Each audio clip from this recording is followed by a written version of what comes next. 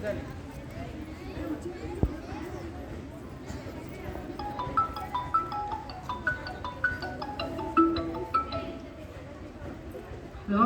రమేష్, ఏంటి project వర్కా?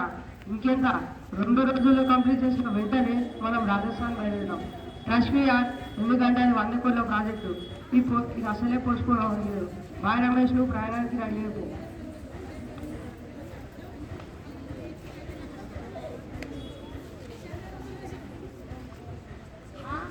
Hello, Pravalika చెప్పు. నేను లేకుండా కిట్టి పార్టీనా? No way. నాకు అలాగే షాపింగ్ ఉంది దారిలో, నేను చేసుకొని నేను పికప్ చేసుకుంటా. ఓకే, ఇంట్లో పనంతా మన అమ్మాయి చూసుకుంటుంది. బాయ్.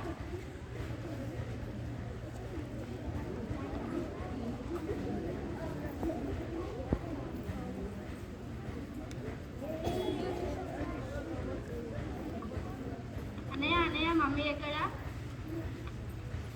పార్టీకి వెళ్ళారు. డాడీ ఏమో తెలీదు. అన్నయ్య నువ్వు ఎప్పుడు ఎందుకు ఫోన్లోనే ఆడుకుంటుంటావు? ఏంటి గోళ? ఆకలేస్తుంది అన్నయ్య. టేబుల్ పైన స్నాక్స్ ఉన్నాయి, వెళ్తాను.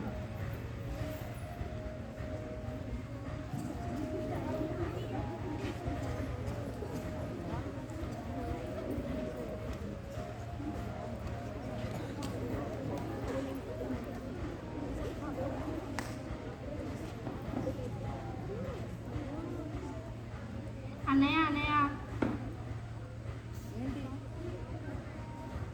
ఏంటి? నాకు స్కూల్లో సోషల్ ప్రాజెక్ట్ ఇచ్చారు. అయితే నీకు తెలుసుగా నా ఫోన్ డిస్ప్లే ప్రాబ్లం అని. నువ్వు ఫోన్ ఇస్తే చేసుకొని ఇచ్చేస్తా. ఇవ్వడం కుదరదు. ఏమి మాట్లాడకుండా పంచం. రేపే సబ్మిట్ చేయాలన్నయ్య. ఇవ్వనంటే ఇవ్వను. మా ఫ్రెండ్ చాటింగ్లో ఉన్నాడు. ప్లీజ్ అన్నయ్య, 2 minutesలో ఇచ్చేస్తాను. ఇవ్వడం కుదరదు.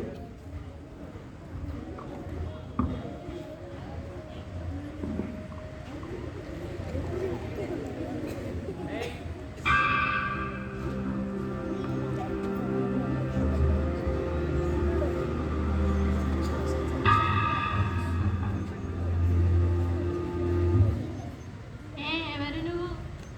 అన్నయ్య ఎవరు వచ్చారు? హలో, ఎవరు నువ్వు? లోపలికి ఎలా వచ్చావు? నేను లోపలికి రావడం ఏమిటి? ఈ ప్రపంచం మొత్తం నాదే. కాదు, ఈ ప్రపంచం మొత్తం నా గుప్పట్లోనే ఉంటుంది. నేనే మొబైల్ భూతాన్ని. కానీ భూతం, మేము మొబైల్లో చాలా ఇన్ఫర్మేషన్ తెలుసుకుంటాము. ప్రాజెక్ట్స్ అని, టాస్క్స్ అని, ఆర్ట్స్ అని, క్రాఫ్ట్స్ అని చాలా నేర్చుకుంటాము. అవును కావ్య, నువ్వు చెప్పింది నిజమే. మీరు ఇన్ఫర్మేషన్ కోసం నా దగ్గరికి వస్తారు, కానీ దాన్ని ఎంతవరకు వాడాలో తెలుసుకోలేకపోతున్నారు.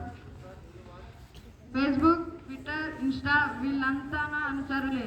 వీళ్ళతో కలిసి మీకు సంబంధం లేకుండా చేస్తున్నాను. అవును భూతం, మా అమ్మ మా నాన్న ఎప్పుడు ఫోన్లో లేదా ల్యాప్టాప్లోనే ఉంటారు. మాతో ఎప్పుడు కలిసి ఉండరు. కానీ మా అమ్మమ్మ తాతయ్య వాళ్ళు అలా కాదు, వాళ్ళు ఎప్పుడూ మాతోనే ఉంటారు. అందుకంటే వాళ్ళంటే మాకు చాలా ఇష్టం. అవును కావ్య, నువ్వు చెప్పింది నిజమే. మీరు మీ అమ్మమ్మ తాతయ్య మాత్రం మీతోనే కలిసి ఉంటారు, ఎందుకంటే అక్కడ నా శక్తి పనిచేయటం లేదు. ఎందుకలా భూతం?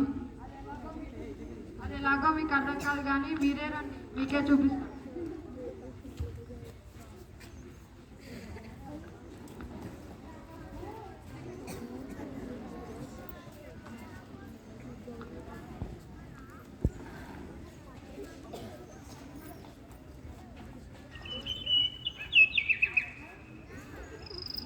ఆహా, ఇక్కడ ఎంత బాగుంది. కుటుంబం అంతా ఒకే దగ్గర ఉంది.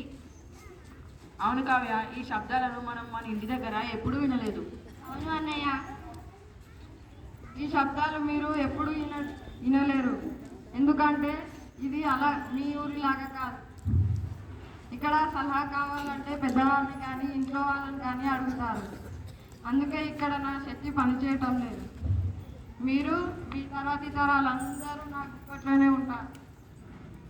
అదేంటి భూతం తర్వాత తరాలు అంటున్నావు? ఎలాగో మీకు అర్థం కాదు కానీ మీరే రండి, మీకే చూపిస్తా.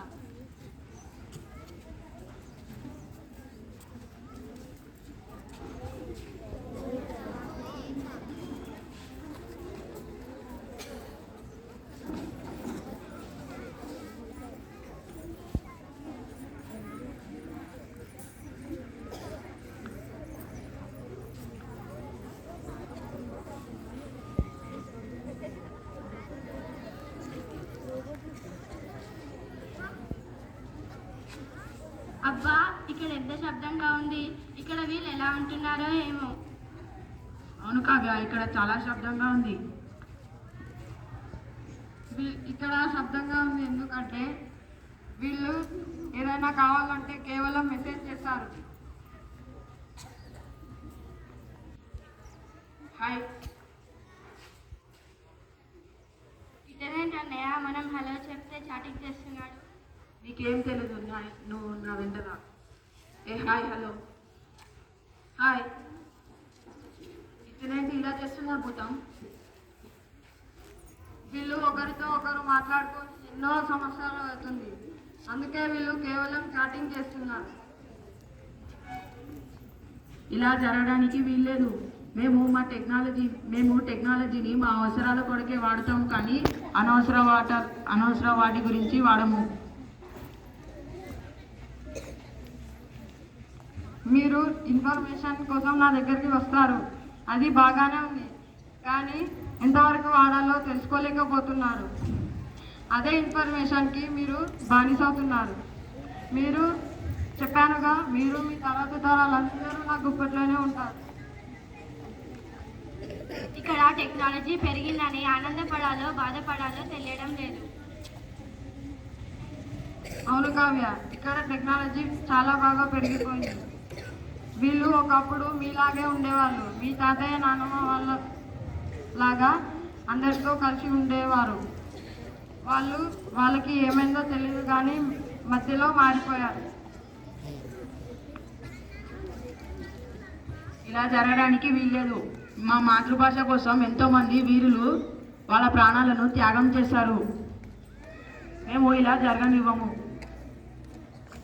సుభాష్, నాతోనే తరబడుతున్నారా?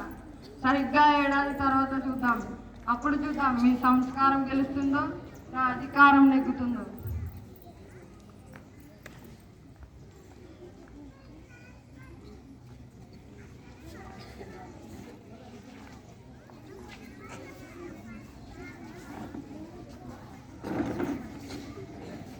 ఈ నాటకం ద్వారా మీ అందరికీ తెలియజేయనది ఏమనగా మొబైల్ ఫోన్ వాడాలి, కానీ అనవసరమైన యాప్స్ను వాడకూడదు.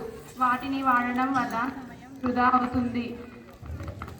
ఇన్స్టాగ్రామ్, ఫేస్బుక్, ట్విట్టర్ వంటి వల్ల ఉపయోగం లేదు. కాబట్టి ఎంతవరకు వాడాలో అంతవరకే మొబైల్ ఫోన్ను వాడాలి. ధన్యవాదములు.